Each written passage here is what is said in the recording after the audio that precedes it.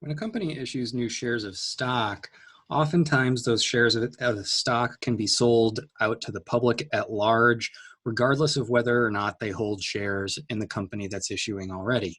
And so what this could do is that essentially you don't have a chance to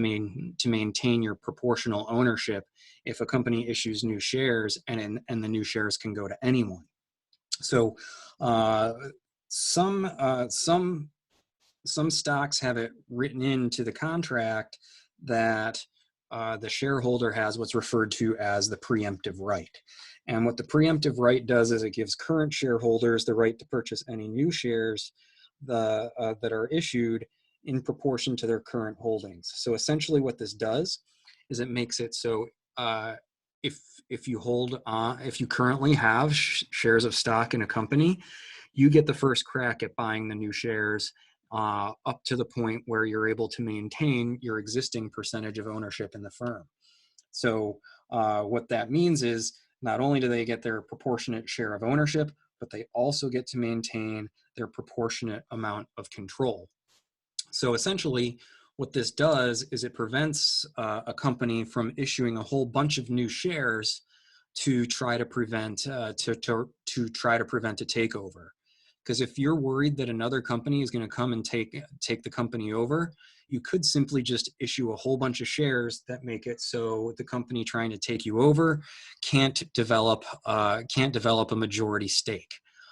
With the preemptive right, that won't be a possibility, because if a company is buying up a bunch of your shares, the preemptive right gives them the opportunity to buy any new shares as they desire, at least as they desire, in keeping their current proportion of ownership in the firm.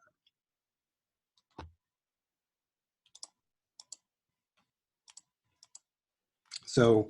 one way that a company could potentially try to prevent a takeover, like I said, is issue a whole bunch of new shares so the company can't gain ownership, but also issue new shares at low prices to new stockholders. With these relatively low prices, you can get the shares bought up pretty quickly, and again, making it difficult for another company to gain a majority stake, or issue shares at low prices just to